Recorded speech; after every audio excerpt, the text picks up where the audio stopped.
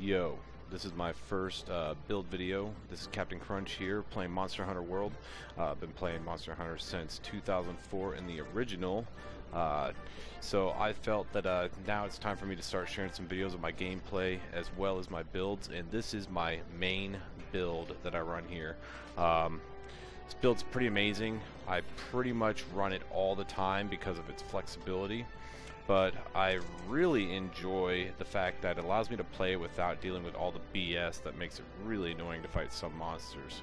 So we'll get into the build a little bit here, but as it stands, the armor looks pretty cool. I like to focus on, you know, paralysis attacks and so on, but I kind of feel like I look like some sort of tribal warrior when I'm running around. I got like the headdress, I like the flared out pants, almost like some Indian war pants or something. I got the blue shoulders, so for fashion it looks pretty good, but it's you know, it could use a little work, but I feel like for a mixed set as it is, it looks pretty darn amazing as I play it, and it's kind of grown on me as I keep playing more.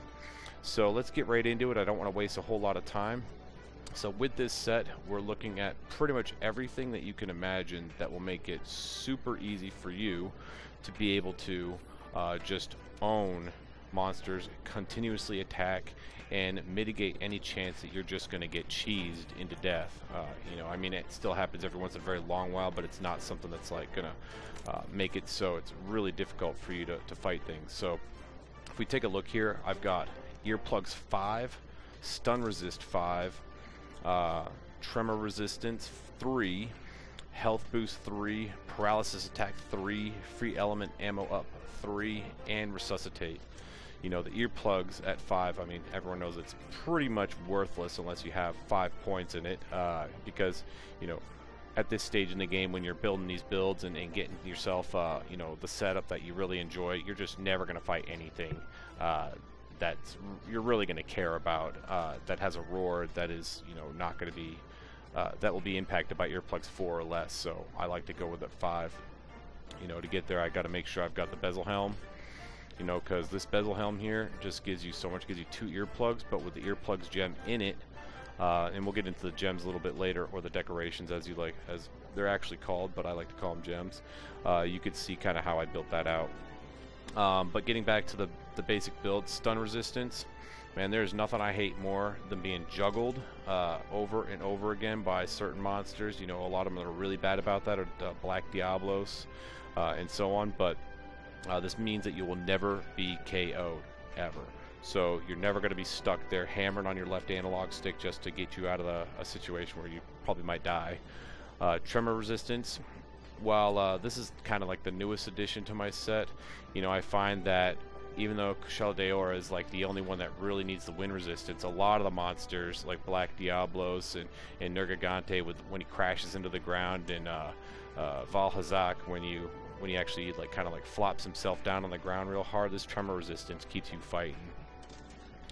The health boost, gotta have that. I feel like, you know, unless you're rocking the highest defense armor or augmenting your stuff for armor, you just gotta have that health boost. That means that, you know, your max potions put you in a gray area to be able to get hit twice without, you know, dying, or be able to take any single one hit in the game from any monster. So that really helps out a lot.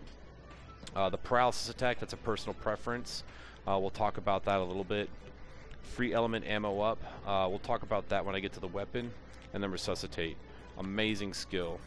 You know, there's so many times where you're going to be hit with blights, fire, poison, whatever, but reducing your stamina depletion, not a big deal, but greatly improving your evasion ability is awesome when it's just something that automatically happens and it's just a freebie. So that's kind of how I built this. But with all these together, there's really not much you can be attacked by that's going to do anything to stop you from fighting. So if you're good at the game and you're good in avoiding damage and you're good at getting in there, this is going to be the build for you. So that's where I start there. Coming back here real quick, I always use the vitality mantle because nothing like getting free hits. I mean, this thing is amazing. I can't believe they put it in the game. It's like having a second health bar. It allows you to get really aggressive and really just get in there and try to get some hits on the monster. Apothecary mantle, this goes to my choice of weapons. Most people don't know about this, and it's probably largely overlooked, but it makes it so that every single attack you do procs your status effect, which is nuts. So you'll see, like, in some gameplay videos that I have where I am just paralyzing these monsters left and right. I'll get like sometimes 4 or 5 paralysis, 4 usually, but maybe 5 on it, like a Valhazak who has 1 star for paralysis, and that's because you get stuff like this at high paralysis weapon. It's pretty crazy. I'm working on a blast crit build around this mantle as well, but don't underestimate it. Check it out. The thing is sick. I go with the immobilized charm, boosting that paralysis up to the 480 on my my Baroth Breaker 3. This thing's pretty crazy. We'll talk a little bit about that. Let's get into the gems, or the decorations, if you will. So I don't feel like I've particularly been super lucky with the gems that I've been getting. For decorations, I'm always going to call them gems. But after a while, I managed to acquire a bunch of these footing jewels, pretty fortunately, so that's what got me to the tremor resist 3. But other than that, I just use these slots to either fill in, for the fight I was in. I've got 1, 2, 3, 4, 5, 6, 7, 8, 9 gem slots, giving me the ability to pretty much tailor build this to any monster I'm fighting, while still keeping my gear, which is huge because it's a really good set to just kind of farm your way through the game and get to where you want to be, and to get those extra sets and build those builds. But other than that, these vitality jewels I started getting once I started fighting tempered elder dragons, and they are super common. I've got 4 or 5 now, but they are incredible for just making it so you can survive anything, and I almost feel like the game intentionally gives them to you so you can do that. Survive those huge hits on the big monsters like Nergigante when he does his dive, or so on. But the other big thing is that I'm really happy I got these, because I have a heroics build that I'm going to do with some resentment that I feel like is just going to do ridiculous damage. But I'll get to that. I'm building that piece by piece. Other than that, you put the footing jewel in here. This right here, well, not the footing jewel, I'm sorry, the steadfast jewel, because this gives you the last point of stun resistance you need to make you completely immune to stuns.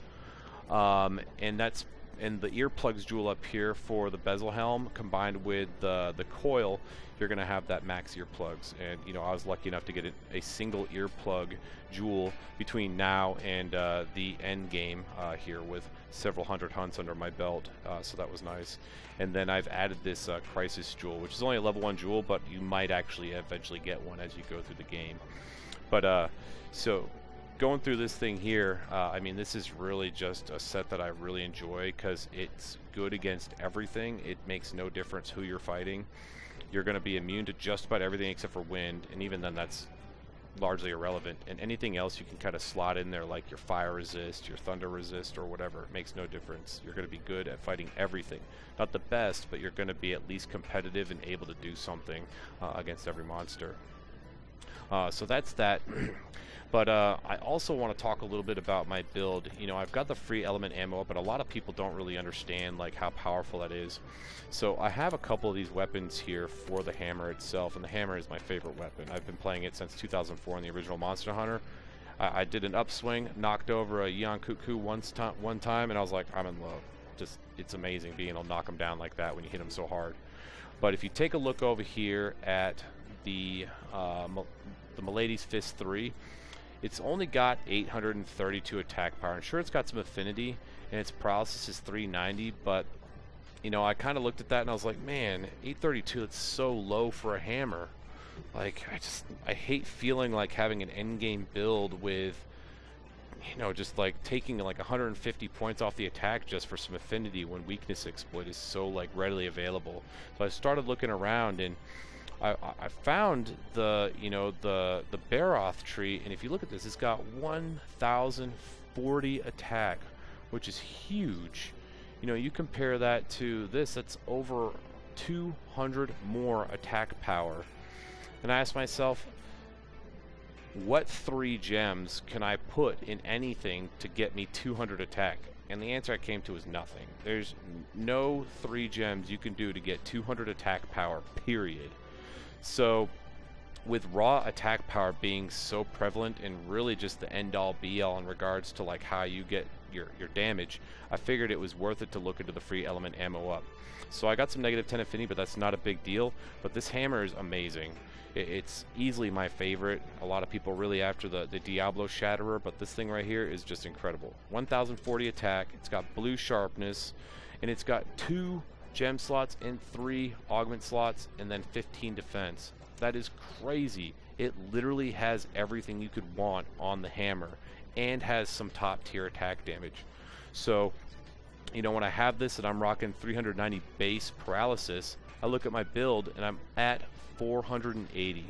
I mean, it is less than 10 hits before I paralyze a monster for the first time, and that is just when you bring Pound Town to these monsters.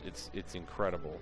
But you know, and then you start taking into account like you know, the Apothecary Mantle. I mean, you can really start locking down monsters and beating them down.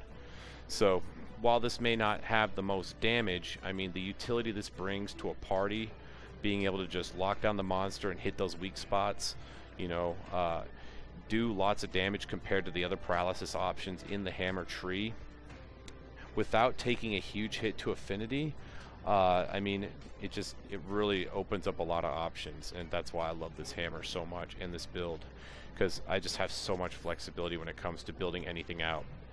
But yeah, check out some of my gameplay. That's my build. This is my first and most primary build I use in Monster Hunter World.